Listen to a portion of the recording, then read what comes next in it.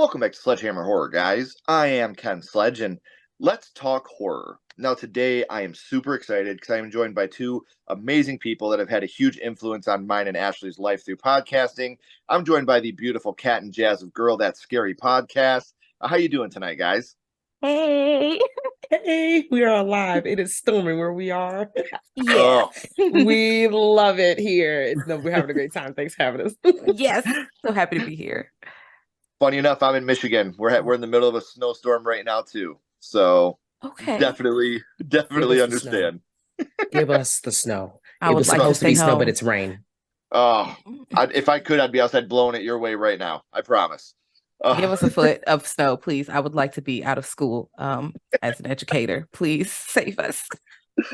Well, before we get started, first off, thank you. I was a parapro for a number of years, so I know how hard it is to be in education and trying to make sure that your students are as well-rounded and educated and loved as they can possibly be. So thank you for the work that you do. I know it's not an easy job, and it is a very thankless job. So thank you for the work that you do. Very huge, very important, and we've put a very big bullseye and a very big microscope on everything that teachers do in the worst possible ways. So any type of education, you're always constantly getting looked at under a microscope for everything when it really should just be about thank you for helping to teach my children right from wrong. So thank you for what you do. Honestly, from the bottom of my heart, I know it's not easy. No, shout out to you. And thank you for the time that you did, because listen, I went from classroom to parapro. I'm all the things, baby. We've done it all. We've done like preschool. We've done administration, kind of. I do middle school now. Hello, hi. So I'm on the admin it's a side time now, but sometimes in the classroom, because you know how that goes in the building, baby. Because we don't have no subs. Yeah, I'll say lack of subs, no one wants to do it anymore. So sometimes you got to step up and bite the bullet and take one for the team to make sure the kids are getting the best education they can. So thank you to both of you. Seriously. It's absolutely sad what our teachers and administrators, what they have to go through now. Everything is just the most negative possible light you can shed on what you guys try to do and the positive impact that you try to have on kids, getting them ready for the real world. And, the real world is not always the happiest and most sunshiny place. So you got to be ready for it. And the hard work that you guys do, when you talk about having kids, I have 3 kids. That's 3. You guys at times are in charge of 20 to 25, and that's all year. You fall in love with these kids. You learn their quirks. You learn the positives and negatives about them. You learn what makes them tick, and they become your kids, and then you got to let them go and let them move on and, let the reins loose for the next year and hope that the things that you taught them sink in and they can be the best person they can be moving on. So again, I've been there and I don't envy you and I appreciate you. So, we're talking about, Girl That's Scary. But before we talk about the reason that you're here, I want the people that do not know you to get the chance to know you a little bit. You guys are an East Coast horror podcast on the Dread Central Podcast Network. Kat Zaddy and Jazz, the 40-ounce connoisseur, discuss horror, sci-fi, and everything in between through a black femme lens. They tackle one-off movies, franchises, and subgenres in a single bound every Thursday wherever you listen to your podcast. And the best thing is, you don't have to go search your podcast for Girl That's Scary and all that nonsense. All you gotta do is click the links down in the description. I have all the podcast links. I have their social media links. So make sure if you haven't already, which you should, become a part of their podcast family, become a part of their social media family, and catch up on their episodes every single Thursday. So what got you guys started in doing the podcast? You want to take it away, Kat? Yeah. Yes. So my eyes. So Jazz and our friends used to be on a previous podcast, which they had asked me to do the intro voice on, which I honestly miss it every day. So there's that. And then I know, right? So and then there were other people I knew that were like, you should do radio. And I'm like, what does that mean? Like, Chelsea, what's going on? So, and you got a radio voice. And I'm like, baby, what's that mean? I don't know. That just here. That's what I always felt too. Like, you should do radio. Thanks. I shouldn't do TV then, right? I should just stick to radio. We're here. We're on the same page. So I was like, what you mean by that? I gotta think better of people, but I'm also like, what's happening? So I was like, okay, well, maybe I should try this. I don't know, but I cannot talk to myself. Like I say this all the time. I think that folks who have like Dolo podcasts, I tip all 45 of my top hats off to them because no, for real, because you're able to carry all of this by yourself. You're engaging. you're keeping the people looped in, and it's just you. Like, it's just you, like, most of the time. So that's not me. And so I asked Jazz, would she do the things with me? And she was like, yeah. And now here we are, blood in, blood out, gang gang. Literally. Yeah. Well, and it's amazing because you listen to your guys' podcast and the amount of knowledge that you guys bring to the horror world and the amount of research that you do. And I try to explain it to people. And please understand, I'm saying this from the most place of love in my heart. When you're a female, it's harder to be taken seriously in the horror genre, and it's bullshit. I see it with my wife all the time. It's Ken and Ashley, and I feel like when we go out places and we talk about horror, people always like want to question her about things, like she's not a real horror fan. And when you have these type of podcasts, I feel like that should be, I always talk about you guys. I talk about Celise over at Sweet and Spooky, Kylie, Haunted Hippie, that horror couple. When you listen to you ladies that really go out there and you go balls to the wall and you show all your horror knowledge and the research and of the things that you do, it's such an amazing experience as somebody who is very pro, women in horror, very pro, horror has always been on the side of what is socially unacceptable or socially acceptable, all the way back to Night of the Living Dead, all the way back to Phantom of the Opera. So we've always wanted to see this inclusiveness, and it's to a point now where we have podcasts and things like that to where it's so amazing to see how far your voice can spread, and you don't have to worry about the gatekeepers say, oh yeah, you're a girl, yeah, okay, cool, who's the villain in Friday the 13th? Is it Michael Myers?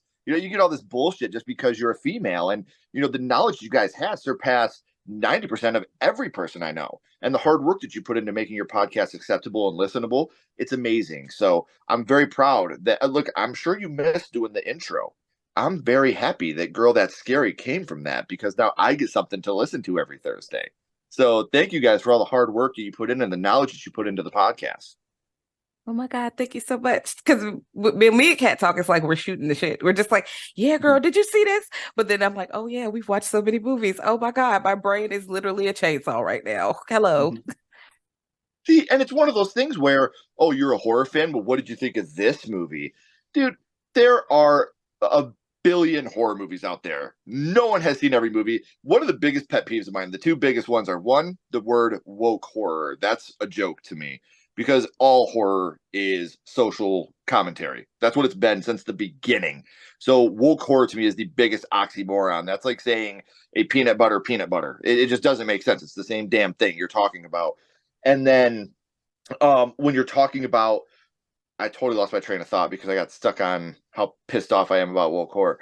But anyway, these things that completely rob us of just being friendly to each other because of the way that politics has been put into all this. It's extremely frustrating. And to be able to bring you guys here to learn how horror started for you, two people that I look up to and listen to every week, is super, super exciting for me. So can you tell us, for the people that don't listen to or haven't heard the podcast yet, can you tell us a little bit about what you guys do, what the basis of the podcast is? Because I've just been talking it up and haven't really given any description of it. So I'll leave it up to you guys. Can you tell people a little bit about what you guys do at Girl That's Scary? All right. Well, I'll take this one. So, of course, we chop it up about horror movies, genre, subgenre. Sometimes we zoom in on a year, or we zoom in on a director, just to give like different kinds of conversations. Because me and Kat love chaos. That is our thing. We never want to do the same thing over and over and over again. So we like to just have a conversation. It's literally like the homegirl hotline is like one of our things we talk about all the time. It's like, no, we call each other like, yes, we're having a conversation between friends. This is not an esoteric lecture. You might learn something, but you can learn something from anybody. And I think that people should understand that. Like, I learn things from children every day. You can learn anything. It doesn't have to be a certain kind of person, or it has to be a certain type of conversation, because then we exclude people. And it's like, oh, we're going to gatekeep. If you don't know these words, you haven't seen these movies, well, then you can't participate, or you can't be a horror fan. And I'm like, our stance is that, first of all, most of y'all horror fans, y'all just don't know it yet. Excuse me. Let's go. Come on in. Come to the dark side. One of us. Me and Kat are chatting. Come to the side. Yes, we're just trying to convert as many people into horror fans as we can. And, you know, there are people, you know, who are doing it like, you know, a few of us, you know, Black women out here, like Ivo Trace and, you know, a few other horror hosts who've been doing it before us, you know, and you see people like them like, no, they can't, we need to come on, link up. Let us be all of us, because it can't be one or two or three. And they kind of like, you know, people before us opening the door, like, okay, you get this pinch of open, but then once you have more people joining in, it's like, okay, we gonna kick the door down. Hello, we're gonna elbow our way in. We're gonna bring our friends up, and we're all gonna have an opinion, because everyone else gets to have an opinion except for, you know, the other. And I think we like to be the voice of, you know, some of the others. We not all the others, but we some of them, and we want to listen to all the others. Everyone should have a certain voice, because for so long the canon has been run by white male voices. Right. Particularly ones of privilege, educated at a certain stance socially. And those are the movies that win. However, that's not for the true for everybody. There should be some for just people who throw the movie on just to watch it, and they should still be able to join in the conversation. So we have like conversational things. Yeah. I don't know if that answered the question. No. And what I love about what you just said, I have a really good friend that does Rise from the Dead podcast, Ash Zach Ash. Yes, she's a very good friend of mine, and we were just talking the other day. You know, she's like, one of my biggest pet peeves is when people find out, you know, I'm a Black woman that loves horror. You know, it's like that's not my identity. You know what I mean? Mm-hmm. Like, I am me. You know, stop looking at me and thinking you know who I am because you look at me. You know, I'm my own person. I love what I love. I don't love what I don't love. And she's been one of the people that, you know, when I started this, she was one of the first people that reached out, and we were able to link up, and we got to meet in person at a convention. And you know, I love her to death, and I have, you know, her and Germs both, I had just mad respect for the hard work that they do. And I just love the fact that the inclusiveness of the podcast community, like we were talking, it doesn't matter if you're Black, white, gay, straight, trans, Jewish, Christian. The minute you say I love Freddy Krueger, I'm like, welcome to primetime, bitch. You know, like, that's it. Like, that's a wrap. Dream Warriors. Like, yes, exactly. You know, like that's all we see. You know what I mean? Like, there's nothing else. There's no sex, there's no religion, there's no politics, there's no color. We're horror fans. And yes, we love to watch people get their eyes sucked out through tubes in a dream, or we love to see women's faces go through TVs. But when you meet us, we're the sweetest, kindest, most gentle people that just want to hang out and have a good time with each other. So that, hearing you talk about that, you know, there's certain movies that I just don't review. I really wanted to do a review of the new Candyman movie, and I didn't feel like it would be as genuine. I could give you my opinions on them. I've never been scared because I was in the backseat and a cop was telling me this is what you need to do. You know, like that wouldn't happen to me. As like you said, as a straight white man, those are the type of feelings that, yes, it's a horror movie. Yes, it scares me. But for somebody that's been in that position, my buddy Bobby Torres, I don't know if you guys know Bobby or not. Yes. Bobby likes spooky. We love Bobby. You know, we had this conversation. Him being who he is has it a little bit harder on that type of watching that type of movie than what I have it because of his personal experience. So if you want to see something like that, I would recommend you listen to you guys, or listen to Rise from the Dead, or listen to Bobby, because you're going to have a more genuine experience. It's not going to be me, you know, being out here being facetious or subservient to anything, because I want to give my honest opinion, but then it's, oh, the straight white guy has it so bad. That's, you know, that's why I don't want to do that. I want to leave that up to the people that have really gone through this type of situation and have felt that type of real life horror that, you know, I haven't, you know, and it's unfortunate you guys have. It's unfortunate he has. But that's what I love about you guys, is you're so honest, you're so upfront, and when you're hanging out, I'm listening to you. It's like I'm in the room hanging out with you guys, and it's, you know, two friends that are just hanging out, having a good time, talking horror. So again, guys, I know I'm going to sound like a broken record. You know, I'm going to say it again at the end, but those links are down in the description. So make sure you are subscribing to the podcast and following Girl That's Scary on social media as well. Now, in order for you guys to have this platform that you have, you know, being a part of the Dread Central Podcast Network, having this amazing podcast, and being such an influence in the horror community, horror had to start for you somewhere. So now I would like to go back to the past and talk about what it was that got you started in the horror genre, your first horror movie. And I'll start with you first this time, Kat. Your first horror movie was? Well, my earliest memory, like straight up memories, it's a mix between A Nightmare on Elm Street and Silence of the Lambs. Thank you. I always see the picture and that. So I remember seeing seeing, air quotes, right? I remember being laid across a relative's lap in the movie theater as the movie was I don't know. I think I was the child who had to get babysat that day. That's cool. Yeah. But like full-fledged memories, Nightmare on Elm Street. That's my bag. My parents are horror fans. My mom is like straight up horror. She's one of those people that the ending has to be a happy ending at all times. Nightmare was my not the mom. movie for her. No, she gets upset. She's like, that's not it. That's no, they gotta get out. And I'm like, that's not life. That's not how that goes on. And then my dad is like your sci-fi monster kaiju fan, little western horror. He's into all those things. So they just threw them in the blender and they spit me out. So that's why I'm here. Amazing. And first off, let me say thank you so much for saying Silence of the Lambs is a horror movie. Like, oh, It's up for debate. Listen, I've had people tell me, well, listen, that's a crime thriller. It's not a horror movie. I'm like, listen, I know it won an Oscar, so you want to put it, it's not a horror movie label on it. She's walking through the jail and someone throws jizz on her. Okay. Nothing is more horrific in this world than that moment in that movie. Every time I see that part, I'm just like, oh my God, I would go to prison and murder that guy. So, and then there's just so much about that movie that is absolutely so horror. And two, I just think it's amazing that she's like, listen, I'll watch Cat tonight, but I'm still going on my date. All right. We're still going to the movies. She could go with me and lay on my lap and we'll just watch the movie and have a good time. She go fight you. Here's the real thing. Brilliant. I'm really concerned because my two things are, one, there's semen in your eyes. That's a horror story within itself. You now have pink eye, baby. Your eye is red and it's burning. Let's start there. Two, paired with one, is crime and murder not scary? Like the people be watching the true crime, but then they're like, I'm not into horror. I'm like, but that's happening down the street from your house. Like I've literally seen a true crime documentary that took, or a segment that took place in where Jasmine and I used to live together, but still where we are now. Terrifying because they gonna get me. That's our building. I'm like, dang. I'll be 100% honest with you. Like horror movies to me are fun. Yeah, yes, they can be scary. They can be terrifying.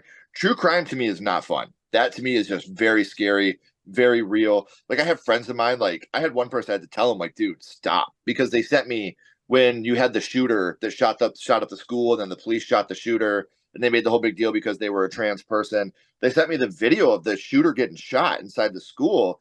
And I was like, don't send me that. Like, aren't you a horror fan? I was like, that's real.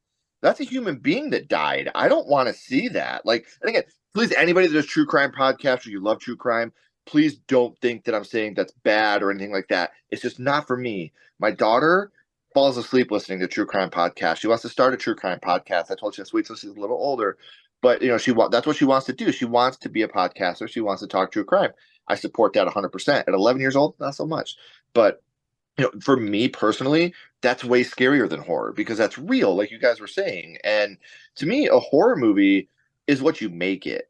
Horror, in just my opinion, I'm not no brilliant psychologist or anything, but horror is the hardest genre to say, yes, this is a horror movie. Like, what makes a horror movie a horror movie? Well, it's got to be scary.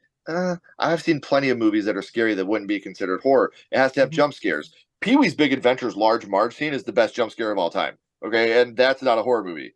It's got to have death. Lion King and Bambi have death. So, I mean, like, to say this is a horror movie to me is the hardest thing to go, yep, that's it. That's what makes a movie a horror movie. It's about your personal experience and the feelings that you get when you're watching these movies.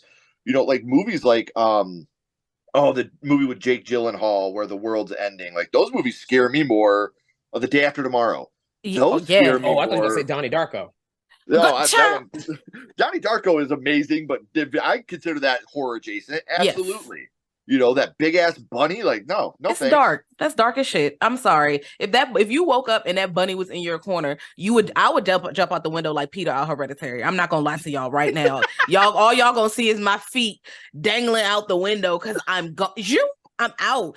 It's just scary.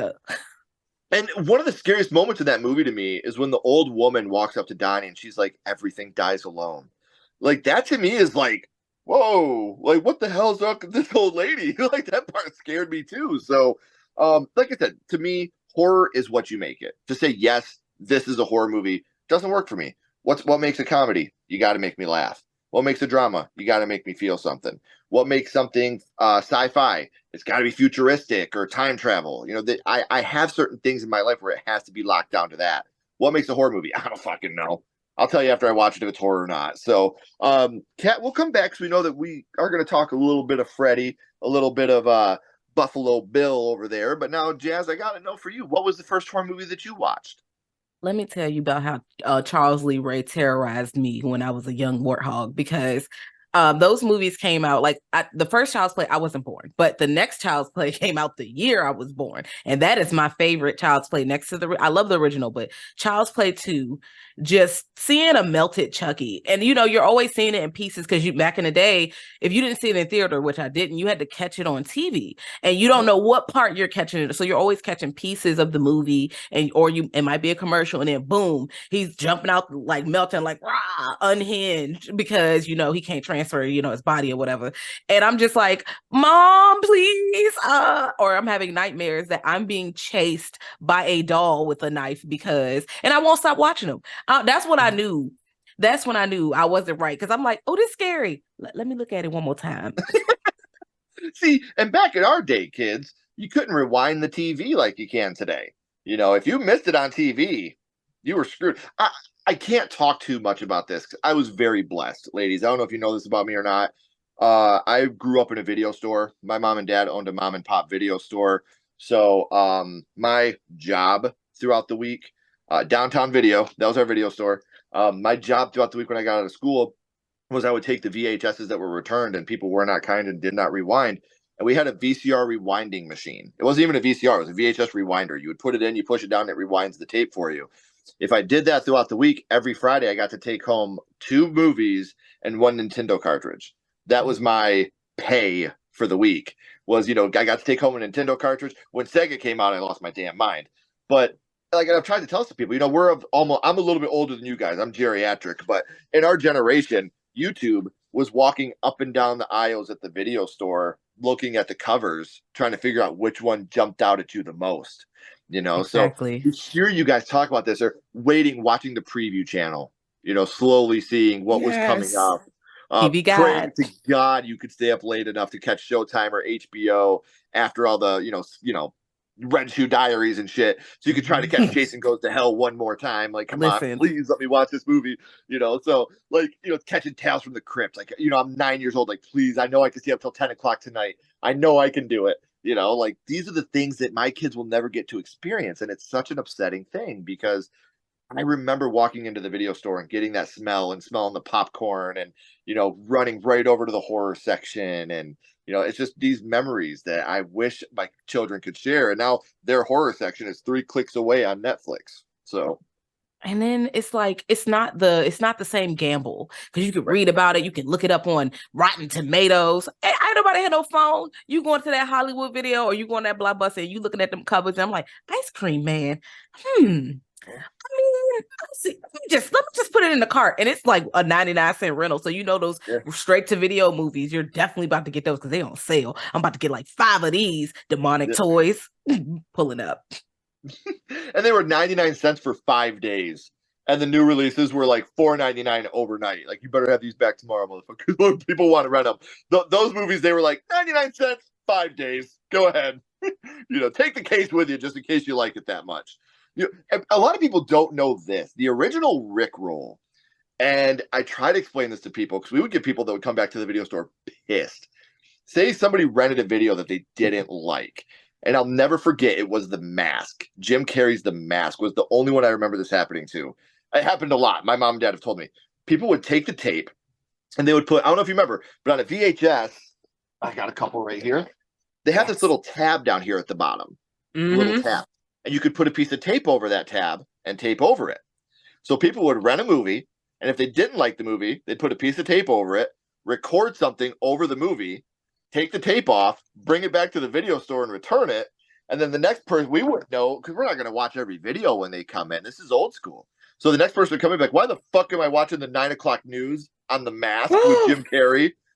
You know? And it's like, that was the original Rickroll. So like, we'd have to give people their money back. Like, I'm sorry, let me try to get you another copy of The Mask with Jim Carrey. You know, like, And like my parents had to deal with that all the time. And what, like, Oh my I like, God. we were not Blockbuster. We were not Hollywood Video. We were not Video Connection. We were a little mom and pop. Like our mom and pop, it was like 3 aisles of videos. One aisle of Nintendo cartridges was half the store. The other half of the store was a gold and silver exchange. You know, my grandpa owned a gold and silver exchange. So they would do like a gold and silver coin exchange on one side and video rentals and stuff on the other. So that would come directly out of my mom and dad when people would do that type of stuff. And I look back on it now and I'm like, at the time, I'm not going to lie, as a little kid, I was like, that's actually hilarious. That's one of the funniest things I've ever heard. Now, as an adult that has to pay money for stuff, I'm like, no, you're a dick. Why would you do that? So, yeah, that's the original Rickroll. You know, people were like, Wow. huh, They're I want to assholes. watch The Mask with Jim Carrey, and I'm watching Fox 36 News right now. So, yeah. I've heard of this, but like I just when you know that things are a thing, but then you're just like, I would never do that. Like, I just feel Yeah. like the people at my local Blockbuster would jump me because they probably would. So I just would be like, I And they would should. never. They They should. They should. should jump you. Like, listen, my mom. I feel like my mom would beat my ass if she realized I did something Oh, like yeah. that. Like, no, you get no whooping. And I don't, advocate for just beating kids, but it was the 90s. Okay, I'm letting y'all know. And we all know there's a huge difference between spanking your kid and hurting your kids. We grew Yeah. up in the era where we got spanked. My Yeah. parents never beat me, but I knew when I fucked up. You know, like, period. But I'm with you. I'm me personally, I'm not the physical, kind of guy. I'm the dad voice guy. Dad voice is enough. But enough about me. We're not here to talk about me. I'm here to talk about y'all. So we know that you guys started off with Silence of the Lambs, Nightmare on Elm Street, as well as Child's Play 2. And we know you were very, very young. So I'm going to start with you this time, Jazz. Child's Play 2 was the first horror movie that you watched, and everybody knows my favorite horror franchise of all time. Child's Play, never be topped. Absolutely amazing. Child's Play 2 is one of the movies that very, very effective. In fact, one of the scenes in that movie has affected me more than probably any other movie in the history of film. But which scene would you say it was that affected you the most from Child's Play 2?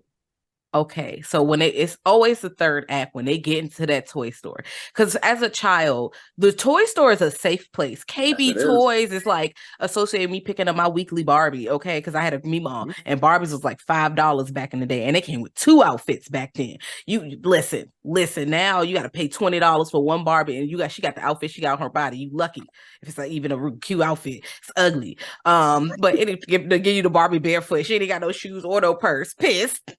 You got to buy the accessories separately. Anyway, I'm like, oh, to Toy Store. So the Toy Store looks cool with all these boxes of toys. You just, that feeling of going to Toys R Us and seeing them. And I'm like, wow, this looks so, oh my God, this doll. And you think Andy, because I felt for Andy, because he's my age, close to, or maybe a little older by a year or two. First of all, he's already captured, and I'm thinking, oh no, they about to get Andy. And when they don't get Andy, and Charles literally goes unhinged in the toy store because now he can't get what he wants, so he don't care what happens to nobody. He literally comes after them after being melted. They put hot plastic on my man's, and he rolls back up like the Undertaker and still was trying to kill people. I was like, bro, like him like charging them but being like a melted glob of blood and plastic. I'd never forget that. Yeah. Well, and right before that, when he's going up the conveyor belt and like he gets his hand stuck and he rips his hand out and puts the knife into where his hand is. Like, it's such a gnarly looking scene. And again, I'm sorry for repeat viewers. I got to say it. As a kid, the scene that gave me nightmares, for years and years was when you have the worker that Chucky slashes and he falls down on the machine and the plastic eyeballs go into his eyes. And then you see the toy eyeballs in his eyes. As a kid, that messed me up.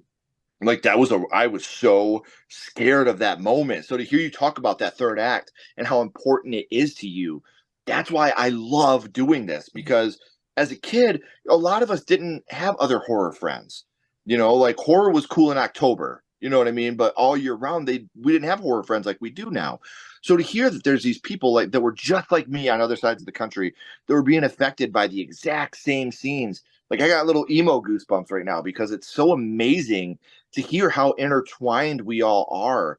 like in this horror community and how these scenes were so amazingly effective to us. So God, it's brilliant. And it's God, life is so cool sometimes to hear this type of stuff. So, we know that was pretty effective to you. Now, Kat, I know you said silence was your first, but you were kind of hidden away during the movie on a lap during date night. But obviously Nightmare on Elm Street was a little more effective to you. You actually sat and watched that one all the way through. Which scene from Nightmare was the one that affected you the most? Okay, so first, right, it's a little chaotic. I actually giggled, but was still scared at the same time. In the beginning, when old girl first sees like Freddy in her dreams, and he's coming down the alley with his arm stretched out, and I'm just like, who thought this is a good idea? Like, it's scary because as a kid, I'm like, oh shit, like he about to come and get me. But at the same time, I'm just like, woo. And I shit y'all not, like right after that, and I have this reoccurring dream where Freddy Krueger just keeps showing up at my house, and we moved and everything. So he's gone from the old house to the new house. And at this point, I just start throwing Bible pages on him. So that's in my dream, I am literally throwing the Bible at him because I don't know what else to do. So that didn't even happen in the movie, y'all. But that was the scene that really got me. It was the arms out because I thought the claws was gonna come and get me. I know everybody's favorite scene, of course, is when that blood comes out. And spoiler, Johnny Depp's character, like, we see the fountain of blood. And that's another iconic scene that really, I was just like, wow, like, he's just dead like that. And then when you find out the behind the scenes that they were actually like spinning the rumor and how that was made, I was one of those kids. Like, once I was old enough to figure out what all was going on, because at this point I'm still scared, but not scared. I'm getting into the documentaries. I want to watch Never Sleep Again. I want to see all the things like, how did we do this? Like, how? I just picture you in Dream World, like, all right, Freddy. That is actually what you got. Not you making it rain verses on him. Not you doing the Book of Job at him. Excuse me. Because it does not matter the setting. I'm in the house. I go upstairs. Jazz, you know what the newer house we live in looks like. I go upstairs. Everyone's downstairs. Like, and ever had a dream and you come back and you're in the space by yourself. Except now I'm back in my house by myself, and I hear the. No. I'm like, oh hell no, not again. And I'm a lucid dreamer, so I'm like, I'm trapped, baby, please. So I just grabbed my trusty Bible. And I knew that my grandfather's Bible would come in handy one day. Well, and what's scarier than not being safe in your own home? Where are we supposed to feel the most safe? In our house. Home is where the heart is. That's where we're supposed to be the most safe. So I think that's why movies like this are so scary, because especially with The Nightmare on Elm Street, I'll drink a lot of caffeine and stay awake. Okay. You can't escape your dreams. You can't escape sleep. So I love the fact that this movie had such an impact on you. And we look back on Nightmare on Elm Street and how amazing it is this movie did what it did. One, with the budget it had. Two, Robert Englund's on screen in this movie for less than 8 minutes. And you don't see him kill anybody in the movie. Like you said, you get the waterbed kill. You don't see Freddy. You get Tina up the wall. You don't see Freddy. You see Jesus Garcia's Rod getting hanged in the jail cell. You don't see Freddy. But you don't have to see him. They did that because of budget, obviously, because they couldn't make his makeup look the same every time. That's why he's always shrouded in shadows, or you barely see his face, because they didn't have the budget to do all that. So Robert's barely on screen throughout the movie, and Freddy still became the iconic killer that we have today. The people are still in 2024 going, when the hell are we getting the new Nightmare on Elm Street movie? Never, please. We're done. It's done. Just watch the old one. It's still there. And there's like 8 movies, bro. Like, it's probably what 8, but I'm just roundabout. So sorry. Yes, please watch the other ones. So like that to me is just like how amazing it is what Wes Craven was able to do with that movie, to be able to make him still such a horror icon after barely seeing him throughout the film. So brilliant, absolutely brilliant. So I want to bounce back to Child's Play 2 here for a second, Jazz. We talked about, what your favorites or what scene scared you the most from that movie, the most effective scene. But that movie, the kills are few and far between, but the kills are very, very memorable in Child's Play 2. Which kill would you say it was that affected you the most? Oh, God. Okay. So I feel like it's definitely the googly eye scene, but also Chucky's death, because They blow him up, bro. Like they literally, first of all, he's this mountain of goo, and he's already mad and pissed, and he's still coming at you with the knife. And I'm like, dang, he can't die. And they just stick a tube in him, and he just starts swelling, and it's blood, guts, and ass everywhere. And I'm like, wow, that's how you end a movie. That's how you cap it off. Okay, Charles Lee Ray death. I feel like I like the father's death, not because it was good. I just didn't like him. I didn't like the foster father, and he was annoying, and I was tired of him. But Mrs. Kettlewell from the classroom. I can't stand this wench because I'm a teacher and I don't like none. And I know the 90s, you could just leave the kids. First of all, you locking him in there, that's a fire hazard. Like Super if something bad. were to, like what if something happens? Two, what happens with recess, if you come to recess, you just have a seat so we can see you. You sit outside at recess. We're not closing you by yourself. Anything can happen to you. Even the door unlocked. Somebody could beat you up. You could have an asthma attack. I don't know. You might come back and you're not there. Now you missing. We don't know where you at. The schools didn't have cameras back then, for real. So I'm just like, you got what you deserve for being a mean teacher. And that little boy did not know that cuss word. It was spelled correctly and everything. Like them kids are still drawing them B's and stuff backwards a little bit. You should have listened to that little boy.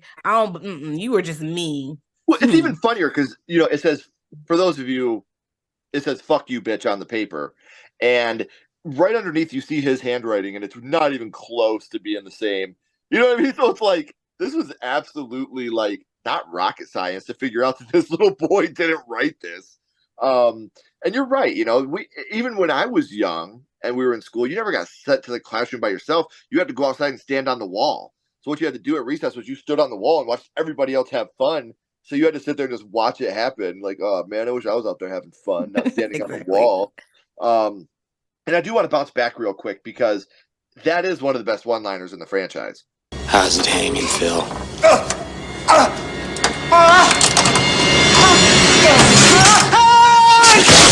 And then you get the stepdad death. Like, and it's one of those ones just because, like, this is where the first Child's Play, Chucky isn't very charismatic. He's still Chucky, but he's not charismatic. He really starts to get, his one-liners in 2. I think he perfects it in 3. I think 3 is prime Chucky, in my opinion.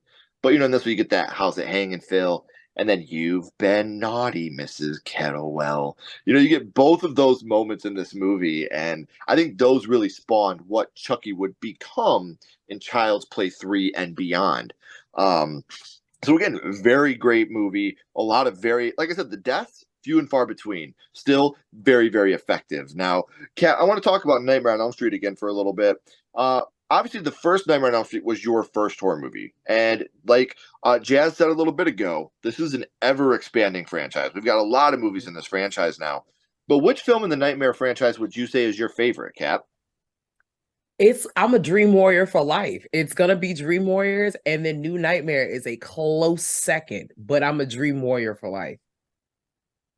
I'm singing the song in my head. Yep. Wes Craven's New Nightmare walked so Scream could run. Yes. Mm-hmm. Yes. And for those who don't know, that, like, everybody that's like, oh man, I wish Wes Craven's Nightmare would have got the credit it deserved. I don't. I'm glad it's a cult classic now, because if that movie would have been super successful, we never would have got Scream. I think he would have continued to do the meta Freddy thing, and I don't think we ever would have gotten him going, you know what? Let's take a step back. I like what we did with this meta, but how can we make it more relatable? How can we make it, newer? How can we make it fresh? So, Wes Craven's New Nightmare comes out in 94. Doesn't really flop, but it doesn't succeed. And then Wes comes back 2 years later with Scream and completely rejuvenates the horror genre. Completely puts a shot in the arm to the horror genre. And horror at that moment, for me, that was when, as a young punk rock kid, I was like, man, fuck Scream. That's trendy shit. But man, Scream is dope. Like, that movie, like, completely revitalized. Again, you look at the horror movies that came out 93, 94, 95, and then the horror movies that came out 97, 98, 99. It is, whether you love or hate Scream, it's impossible to argue the impact it had on the horror genre. Mm-hmm. Absolutely not, because you just cannot argue. Because I saw Scream in theaters, and I was 6. I was a child. It was Christmas break. My mom was a horror fan, and she was like, "We're going to see Scream." Like, we as a unit, like we're all going. And I'm like, all right, let's go. And we're sitting right in the front. And I'm like, wow, y'all done killed Drew Barrymore. Oh my God. Oh, which is funny because like she was on the poster, she was on like the Today Show, like come watch my new movie, then we watch it, we're like, true, what the hell, So this next question, I try to bounce the questions back and forth, that way it keeps it a little more fun. But now I'm going to ask you both the same question, and what stinks here for you, Kat, is you got to go on the right on the tip of your pants here. Jazz, you're going to get the chance to think here for a second, and sometimes life is funny, because I never tell people I'm going to ask them this question, but this was the perfect segue. We've talked about your guys' first horror movies and what they mean to you, but like I said, I'm going to start with you first, Kat. My little buddy Ghostface is here, and he has a question for you. What's your favorite scary movie, Kat? What is your favorite horror movie of all time? I got scared. Okay, my favorite horror movie of all time is the Rocky Horror Picture Show. Period. Hands down. It's tatted on me. It's once again blood in, blood out. I don't know none of them people personally, but in my brain I do. This movie changed my life. No, seriously. You talked about late night TV watches. The Rocky Horror Picture Show was a late night 90s TV watch me. I think this is around the time it was on syndication on VH1. VH1 was wearing her out for a real long time at midnight. Yeah. And so that is how I saw it. Sometimes it will show up on HBO and Showtime, but that's once again that 1 o'clock, 1 a.m. The TV's raising you, so you know what's going on. But one of the movies I knew I was queer. I told Jazz, I think the other one I told Jazz was like, don't tell mom that I'm no. Mom, I'm a cheerleader, the other movie, whatever. But I'm a cheerleader, yeah. Thank you. Definitely knew that. 2, changed my life. Changed my life. I can't tell you the amount of times I've seen it in movie theaters at this point, but I'm at the section where I stand up, and it's not at the beginning and it's not at the end, so I'm feeling good. Right. That's the movie. Yes. See, and that's amazing because, again, definitely a horror movie. 100% a horror movie. People can make, it's a horror comedy musical. I believe I heard horror in there. Stick with that. There's cannibalism. Right. I mean, again, this isn't rocket science, you guys. Stop trying to put stop trying to make everything smarter than it is. Lowest common denominator. It's a horror movie, period. So, okay, I will let you ask. Give me a second. Jeez. All right, Jazz. Well, he's getting impatient. So now I got to ask you, what's your favorite scary movie, Jasmine? Okay. What is your favorite horror movie? Ooh, this is a hard one, although I did have a little time to think. Wow. Now, I know that Scream is very special to me because I saw it really young. I saw it with my mom, because we used to go to the movie theater together, like me and my siblings. So everybody else didn't have horror friends, but I had a brother. Me and my brother used to always watch horror films together. So I'm like, all right. So I got a partner in crime. And of course, once I got older, my homegirls liked it. But instead of Scream, I think something that's stuck with me the most and I watched the most, Tales from the Hood, is something that is near and dear to me because I remember back in the day, I know kids, the VHS where you got 3 movies stacked on there and it was in the middle of 2 movies. I remember because I used to have to rewind or, fast forward to get to the right part where Tales from the Hood start. And I used to wear that VHS out. Like, I can quote that movie a whole lot of the times. I love anthologies and short stories. It reminds me of like Tales from the Crypt, Creep Show, stuff like that. So definitely just Tales from the Hood is always going to be a winner for me. Always going to be a winner. Yeah. Oh, why the fuck you got to refry some beans? You just fry those motherfuckers right the first time. Get out. I got a Mr. Sims shirt in my dresser. I was looking for it to try to find it for you. Every time I do, people ask us to come on and do guest work for them, and every time someone comes on to ask me, hey Ken, what's the scariest scene that you've ever seen? What's the scene that's affected you the most of any horror movie? Welcome to hell.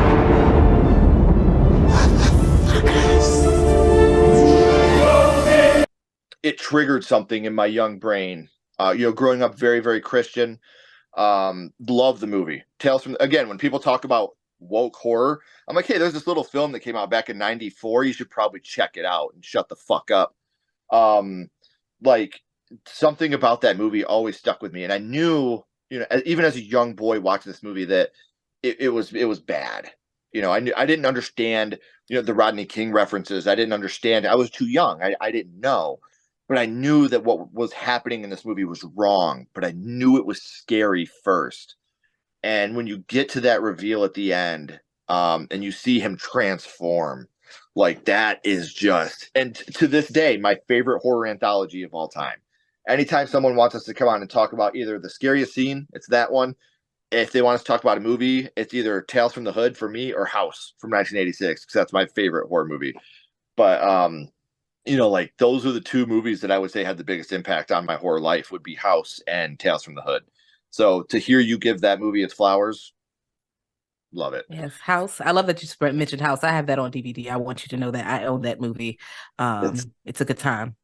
My first horror movie. That was the first one I ever watched. That's what got me started. And it's still to this day such a special movie to me. Like that movie means like I think the reason why I watched it for the first time is my grandma was like, okay, listen, I'm tired of watching Thundercats. Let's go pick out a different movie. And the two movies I watched the most as a kid, I watched all the old Thundercats cartoons and then He-Man and the Masters of the Universe with Dolph Lundgren. Like I had those two that I would always watch. And we were looking in the horror aisle and I saw that hand, hitting the doorbell with Ding Dong, You're Dead. And I was like, let's watch this. My grandma was like, all right, whatever, let's try it. And I was in love. And me and my grandma would watch this movie every week. We would watch this movie and we would play house. And my grandma and me, we would walk to the closet and I'd be like, don't open until exactly 12 o'clock. And then my grandma would act like she was doing the uncle, the Big Ben clock, and we'd open the closet door and start runaway screaming. Like those are memories that my grandma, who's my parents were very young when they had me, so my grandma raised me essentially for the first 5-6 years of my life. So these are memories that they'll never leave me. That's why horror is so special to me. My grandma and me playing house and running from a monster in the closet. So that's why I love this. This is so amazing, and I've had an amazing time talking to you guys about how horror started, your amazing podcast, and just the amazing people that you are, being educators and the hard work that you do. But before I let you go, we always bounce back to the same question. And I'll start with you first this time, Jazz. We're going to bounce back to Child's Play 2. And what we're going to do here is rank this movie on a skull count. Now, we're not ranking it on acting, production, score, direction. We're not being critics.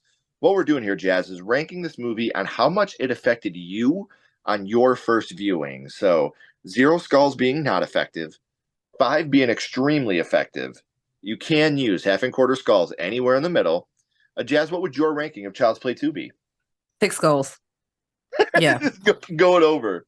Immediately. Like again, I had nightmares. Like, and I kept watching it. That's why I was like, I know I messed up because I'm scared, but I keep watching. It's like with Nightmare on Elm Street.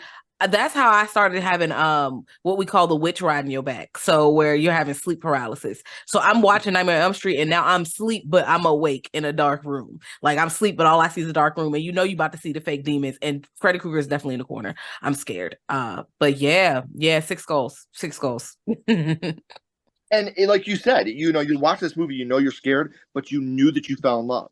And without that movie, who knows if you'd be the person you are today. I'm a big believer in the butterfly effect. Change one thing, change all things. If your first horror movie would have even been something different, would us three be sitting here today? So that's why I love how I can't remember my first action flick, my first comedy flick. I don't remember any of that. I remember House. Me and my grandma did not go and play Airplane. And her go, don't call me Shirley. That didn't happen. I promise. It would have been awesome, but it didn't happen. So what about you, Kat? What would you say, your ranking of Nightmare on Elm Street would be 0 to 5? I am losing it. I would rank it 4 skulls and a mandible. We got that little half a skull right there. Yeah. Because I'm pretty sure something shortly after turned literally blew this out of the water. But I remember it being pretty effective. Like I was scared. I wasn't scared to go to sleep, but I was a little nervous. Like I was a little shook at night. I'm still, once again, the dreams are still reoccurring to this day. I can say that's pretty effective. Absolutely. So I know I said it at the beginning, guys, but we are at the end of the third act. The credits are about to roll and the curtain's about to drop. But before that happens, please make sure, like I said at the beginning, you are subscribing to their podcast. You are following them on social media so you can become a part of their family as well. And I promise you, you won't regret it. Don't do it for them. Don't do it for me. Do it for you. You won't regret it. So, Jazz, Cat, please don't go anywhere. I got a couple more questions for you. Everybody else, if you haven't already, Please like and subscribe. It helps the podcast more than you know. And follow Sledgehammer Horror on social media. Our links are all down in the description as well. But until next time, keep talking horror, stay what you are, and we'll see you guys soon.